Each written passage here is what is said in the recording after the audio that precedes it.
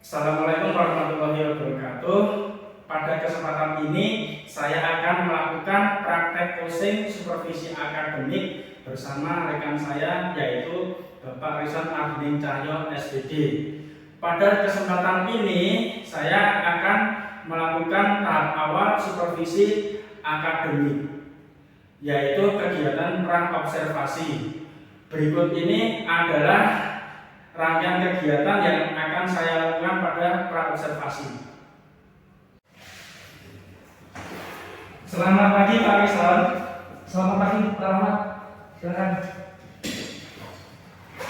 Pak Rizal, mohon maaf mengganggu waktunya. Boleh saya meminta waktunya Bapak sebentar? Bapak lagi sibuk tidak?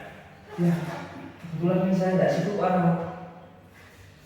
Baik Pak, saya akan melakukan kegiatan pra-observasi seperti yang sudah saya sampaikan pada Pak Rizwan kemarin, bahwa saya akan melakukan supervisi akademik di kelas Bapak. Tujuan supervisi akademik ini untuk membantu Pak Rizwan dalam mengembangkan dan meningkatkan kompetensi Bapak sebagai guru. Jadi kita akan ngobrol santai ya Pak. Dari kegiatan ini kita akan melihat sejauh mana kesiapan Pak Rizwan dalam melaksanakan kegiatan pembelajaran. Nah Pak Rizwan, dari obrolan kita ini apa yang Bapak harapkan? Ya, dari kegiatan ini saya berharap saya dapat mengembangkan kompetensi saya sebagai guru Pak, khususnya dalam kegiatan pembelajaran. Baik Pak, semoga saya dapat membantu ya. Kalau boleh saya tahu, besok Bapak akan memberikan materi tentang apa? Rencananya itu besok saya akan memberikan materi tentang sistem modeling Pak. Oh iya, apa tujuan pembelajaran yang ingin Bapak capai? Ya, jadi melalui kegiatan ini saya berharap siswa mampu mengidentifikasi yang pertama itu siswa mampu mengidentifikasi nama-nama komponen kopling. Kemudian yang kedua, siswa juga diharapkan mampu memeriksa keausan pada komponen discharge begitu. Nah, sehubungan dengan hal tersebut Pak Rizwan, apa saja persiapan yang sudah Bapak siapkan? Jadi saya sudah menyiapkan perangkat pembelajaran Pak, seperti RPP, kemudian juga media pembelajaran, kemudian juga evaluasinya. Begitu. Oke, sudah lengkap sekali ya perangkat yang Bapak siapkan. Nah, terkait dengan hal apa kesulitan atau hambatan Bapak dalam menyampaikan materi pembelajaran? Jadi itu di dalam kelas itu kan kondisinya berbeda-beda.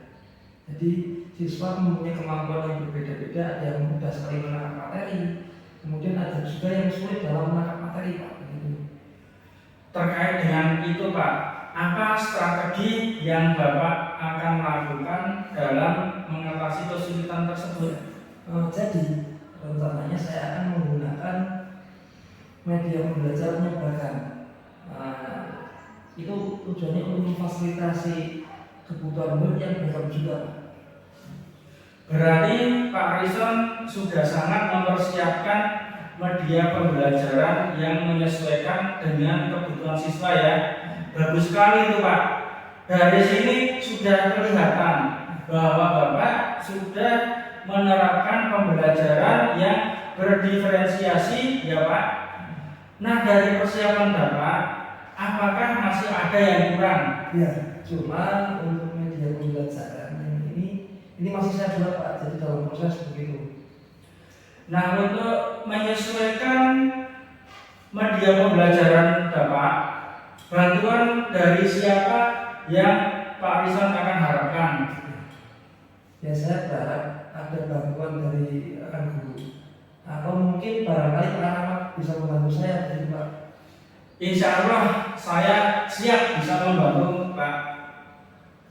Ya, terima kasih Pak Rahmat. Nah Pak, kompetensi apa yang akan Bapak kembangkan dari kegiatan ini? Ya, yang ingin saya kembangkan itu adalah kemampuan intelektual siswa dan kemampuan sosial emosional Pak dalam melaksanakan kegiatan pembelajaran gitu. Dari penjelasan Bapak, berarti Bapak ingin mengembangkan kompetensi profesional, sosial, dan kepribadian. Nah, strategi apa yang Bapak akan lakukan dalam mengembangkan kompetensi yang sudah Bapak sebutkan tadi? Jadi utamanya saya akan menyiapkan para pembelajaran yang film Pak.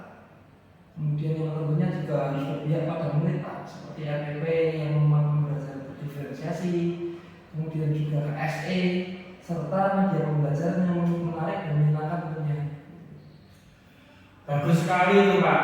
Insya Allah saya bisa membantu Bapak dalam mengembangkan kompetensi yang ingin Bapak capai dalam kegiatan observasi nanti.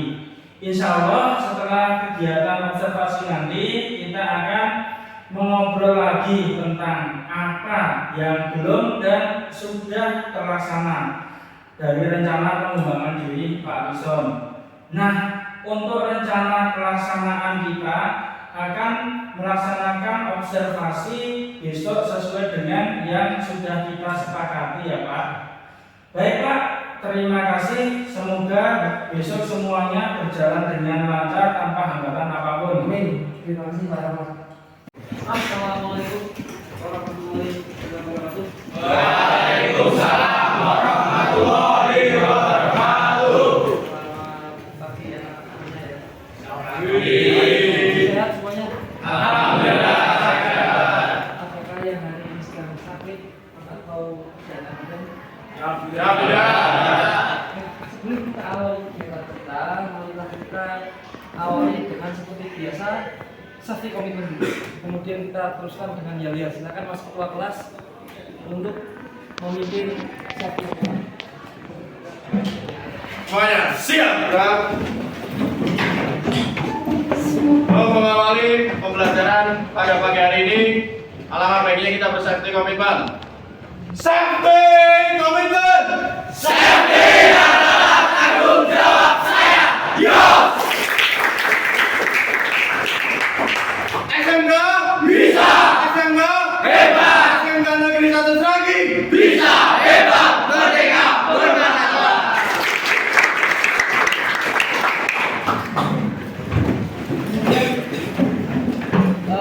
Agar kita nanti ke depan diberi pelajaran, marilah kita semuanya berdoa untuk akan materi pekerjaan kita masing-masing. Berdoa dipersilakan. Selesai. Saya akan dulu ya. Ahmad Nur Sayeti, Bagus Hadi Prasetyo, Bagus Saputro, Yosef. Kegiatan yaitu namanya mindfulness. Kegiatan ini membuat kalian nanti akan berlatih untuk konsentrasi Mas. Posisi badan tegak, tangan silakan di atas meja. Masalah emosi benar, tolong lepaskan semuanya. Lepaskan emosi kalian, lepaskan kemarahan kalian, lepaskan rasa kemudian kalian. Relax, atur nafas kalian.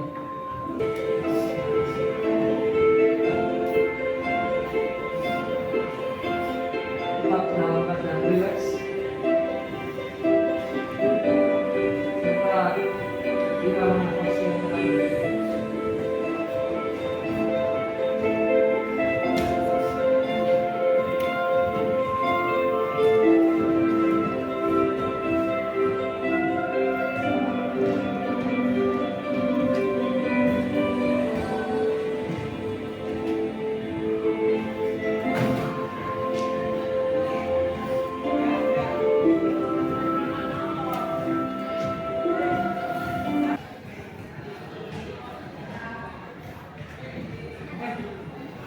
Tarik nafas, tahan, keluarkan. Proses yang kita lakukan tadi, tolong salah satu mengemukakan pendapat kalian. Perasaannya bagaimana setelah ini? Ya, silakan Mas. Setelah mempraktekkan stop mindfulness, saya bisa melatih kesadaran dan konsentrasi saya dan juga membantu dalam proses penenangan pikiran dan batin. sehingga saya lebih bisa berkonsentrasi dalam mengikuti kegiatan belajar mengajar di sekolahan dengan lebih baik. Udah Pak, terima kasih. Oke. Pernah mendengar kata kopling? Nah ya.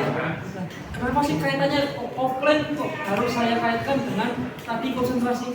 Karena praktek pembelajaran kopling ini menuntut konsentrasi yang penuh. Karena nanti kaitannya dengan praktek kita masuk ke dalam mobil dan sebagainya.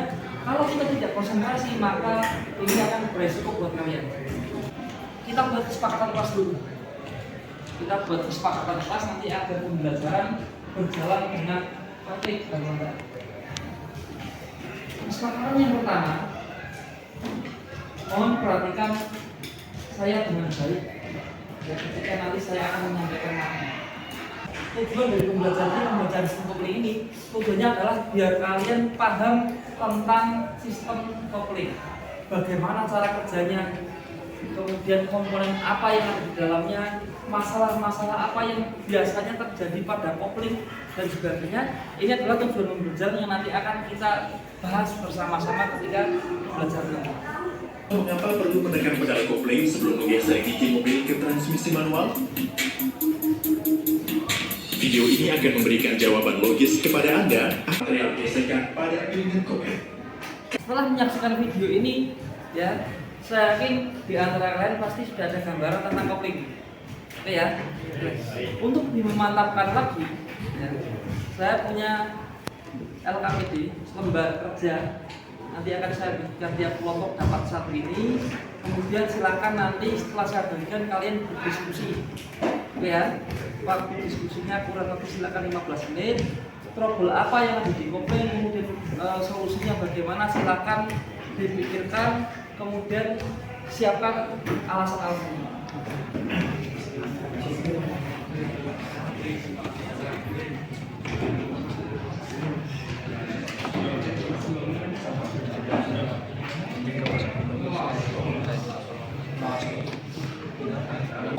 Pertama posisi ini ukuran ketebalan terus Oke, sudah 15 menit berlalu, berarti waktu diskusi ini sudah habis. Silakan saat ini kita presentasi ya. Silakan salah satu kelompok yang siap silakan mempresentasikan diri. Kelompok mana yang siap? Saya Pak. Oke, silakan kelompok ketiga.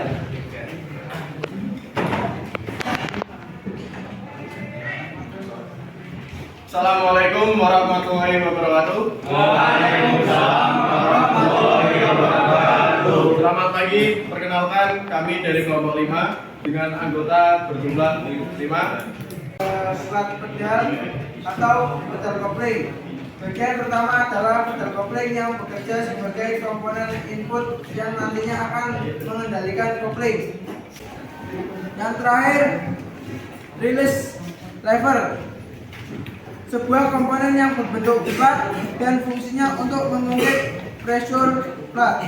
Demikian materi dari kelompok 5. Mungkin dari kelompok lain ada yang ingin menanggapi atau ingin ditanyakan, silakan. Ya silakan dari kelompok lain. Dari kelompok berapa Mas? Kelompok 6. Oke, silakan berdiri Mas dulu. Sebelumnya Assalamualaikum warahmatullahi wabarakatuh. Waalaikumsalam warahmatullahi wabarakatuh. Saya Sulaiman Saputra dari kelompok 6 ingin menanggapi presentasi dari kelompok 5 bahwa kopling akan bekerja pertama kali di kopling dan poros transmisi tidak akan berputar. Sekian dari saya. Assalamualaikum warahmatullahi wabarakatuh. Waalaikumsalam warahmatullahi wabarakatuh. Terima kasih tanggapan dari kelompok 6. Monggo silakan, ada yang ingin ditanyakan? Silakan Mas. Assalamualaikum warahmatullahi wabarakatuh. Waalaikumsalam warahmatullahi wabarakatuh. Saya Charles Adilodesi dari kelompok 2 izin bertanya, pada sistem kinerja kopling bagian komponen manakah yang sering mengalami kehausan? Terima kasih. Assalamualaikum warahmatullahi wabarakatuh. Waalaikumsalam warahmatullahi wabarakatuh. Menjawab pertanyaan dari Mas Charles tentang bagian mana pada kopling yang mengalami kausan, yaitu komponen kopling itu sendiri. Ya. Oke, semoga jawaban dari kami bisa dipahami dan bisa diterima. Demikianlah presentasi dari kelompok 5. Atas perhatiannya kami ucapkan terima kasih. Wabillahi taufiq. Tangan buat kelompok yang tadi ya. Selanjutnya ada kelompok lain lagi yang lain yang akan mempresentasikan.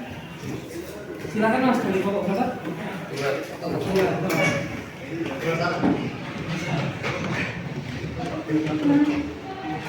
Assalamualaikum warahmatullahi wabarakatuh. Waalaikumsalam warahmatullahi wabarakatuh.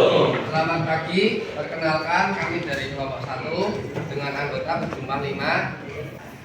Secara garis besar, kopling terdiri dari komponen-komponen yang memiliki peranan penting sehingga cara kerja dari kopling bisa lebih sempurna. Berikut dengan akselerasi berat. Sekian itu dari materi yang bisa kami sampaikan. Barangkali ada kelompok yang mau menanggapi atau bertanya, silakan. Perkenalkan, nama saya Muhammad Ifaldo dari kelompok 4 ingin bertanya. Pertanyaannya yaitu bagaimanakah kondisi unit kopling setelah dilepas tekanannya? Terima kasih. Wassalamualaikum warahmatullahi wabarakatuh. Waalaikumsalam warahmatullahi wabarakatuh. Terima kasih sudah bertanya. Untuk jawaban saya akan serahkan kepada Ahmad untuk menjawab. Jika saya menjawab, saya akan menjawab pertanyaan dari Mas Ifaldo. Ketika pedal kopling dilepas, maka pegas kopling akan bekerja menekan. Bisa dipindahkan jika tidak memiliki kopling karena sistem transmisi tidak bekerja. Sekian, terima kasih hasil diskusi dari kelompok kami. Kami tutup. Wassalamualaikum warahmatullahi wabarakatuh. Presentasi yang sudah disampaikan oleh kelompok tadi, ya ini saya mau sudah mewakili secara keseluruhan tentang materi yang kita bahas tadi. Saya kira mungkin untuk tentang kopling cukup ya. Setelah dari hasil diskusi kemudian nonton film dan sebagainya, saya ingin salah satu di antara kalian, ya, salah satu di antara kalian untuk melakukan refleksi. Siapa kira-kira yang bersedia untuk melakukan refleksi? Ya, Pak. Silakan Mas. Izin memberikan refleksi saya dari kelompok 4. Pak Isin Mutaki mau memberikan refleksi pada pelajaran kali ini, yaitu sistem kopling 7 brass plate, 8 litres fork, 9 litres bearing. Cukup sekian refleksi pelajaran pada hari ini. Sekian. Oke, terima kasih Mas. Cukup lengkap ya, jelas ya? Ya.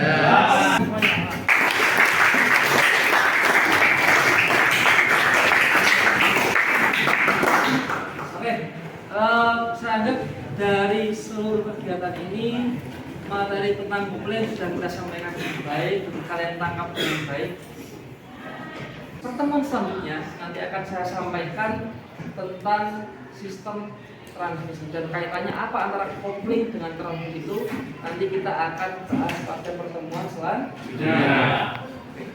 Nah, agar lebih meyakinkan saya bahwa kalian itu benar-benar paham, ya, saya sudah membuat link soal, ya, yang saya sampaikan nanti di Google Form, ya. Nanti link untuk Google Form itu sudah saya share ke grup kelas. Ya, nanti silakan dicek linknya. Setelah ini silakan dikerjakan soal tersebut, ya. Nanti target pulang sekolah harapan saya soal tersebut sudah kalian kerjakan semua dan dikirimkan ke saya lewat Google Form, gitu ya. Kemudian terakhir, karena pembelajaran sudah selesai dan waktunya sudah cukup, maka sudah saatnya saya untuk menutup kegiatan pembelajaran kita pada pagi hari ini. Ya, sebelum kita tutup, maka saya minta tolong salah satu di antara kalian ketua kelas untuk memimpin safety commitment, kemudian yel-yel sekaligus memimpin doa. Silakan ketua kelasnya, Mas. Silakan Mas. Semuanya siap, Bram. Belum mengakhiri pembelajaran pada pagi hari ini, alangkah baiknya kita safety commitment kembali. Safety commitment. Mari jadikan area kesehatan bersama. SMK bisa, SMK bebas, SMK negeri 1 Seragen.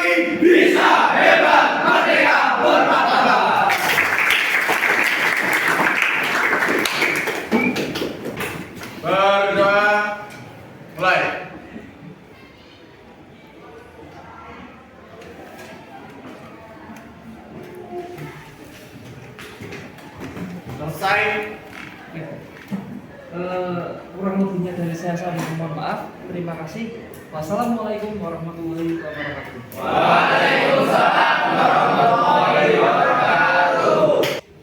Assalamualaikum warahmatullahi wabarakatuh. Baik Pak Rison, kali ini kita akan melaksanakan percakapan pasca observasi, di mana kita ketahui bahwa sebelumnya kita sudah melakukan kegiatan pra-observasi dan proses observasi di dalam kelas selama kurang lebih 2 jam. Nah, kira-kira bagaimana perasaan dari Pak Rison setelah melakukan kegiatan pembelajaran di kelas tadi? Alhamdulillah perasaan saya baik, pembelajarannya juga berjalan dengan baik, Pak. Oke, alhamdulillah, saya pun melihatnya tadi pembelajaran berjalan dengan baik, Pak. Bagaimana Bapak menilai sendiri tentang performa dalam kegiatan pembelajaran tadi, Pak? Ya, jadi kalau saya nilai, ini saya masih perlu ditingkatkan. Ya, meski beberapa bagian pembelajaran bisa berjalan dengan baik. Gitu. Nah, apa yang membuat Pak Rison menilai demikian? Jadi saya menilai itu berdasarkan proses pembelajaran yang telah saya lakukan, Pak. Baik ya Pak, boleh saya menyampaikan hasil pengamatan saya, Pak? Ya, boleh, silakan Pak.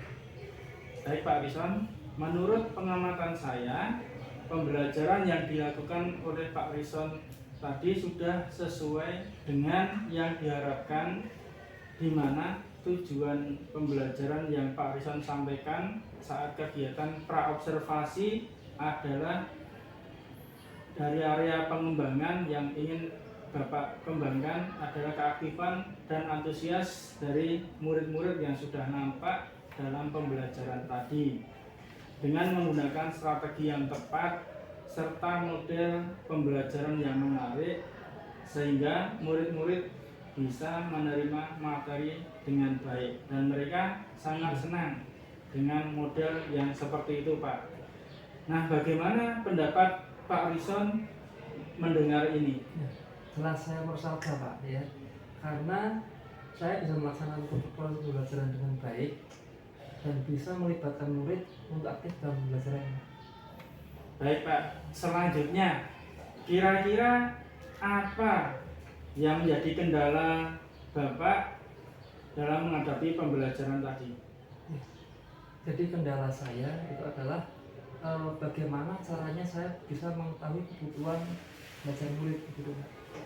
Oh, jadi kendala dari Pak Rison adalah cara mengetahui kebutuhan belajar murid. Nah, dari kendala yang Bapak sampaikan tadi, kira-kira apa rencana tindakan selanjutnya, Pak? Jadi rencananya itu saya akan melakukan asesmen awal atau diagnosis awal. Kemudian bisa juga menggunakan angket ataupun dengan wawancara, Pak, yang dilengkapi dengan observasi pada saat pembelajaran di kelas. Begitu. Baik sekali itu Pak Rison, rencana yang Bapak sampaikan tadi dengan melakukan asesmen diagnosis awal. Lantas siapa kira-kira Pak yang bisa membantu dan kapan bisa dilaksanakan rencananya itu, Pak? Jadi ya mungkin rencana saya ya saya meminta bantuan Pak Rahmat begitu. Dan untuk pelaksanaannya ini kemungkinan saya akan melaksanakan segera, Pak, setelah Idul Fitri nanti. Kemudian karena ini selama Ramadan, ini biasanya kan anak-anak disibukkan dengan kegiatan keagamaan di sekolah. Luar biasa sekali Pak Rison. Rencananya semoga bisa terlaksana dengan segera dan bisa berjalan dengan baik ya Pak. Saya menunggu kabar selanjutnya dari Pak Rison ya. Hasil observasi kita ini akan saya catat dalam form supervisi akademik nanti, Pak. Ya, baik Pak. Sebagai penutup, ini Pak, kira-kira apa yang Pak Rison dapatkan dari proses ini, Pak? Jadi saya bisa belajar ya bahwa dengan strategi dan metode yang tepat itu membuat murid jadi lebih efektif Pak, dan jelas lebih antusias dalam mengikuti pembelajaran kita langsung. Oke, terima kasih Pak Arison. Semoga kita bisa melaksanakan proses pembelajaran yang lebih baik lagi ya Pak, demi kemajuan pendidikan di sekolah kita dan secara umum di wilayah kita Pak. Ya, terima kasih Pak Rahmat atas waktunya, coachingnya juga. Dan kebetulan mohon maaf hari ini saya ada jam mengajar, jadi saya mohon pamit dulu Pak. Ya, terima kasih Pak. Assalamualaikum. Sama-sama Pak Arison. Waalaikumsalam.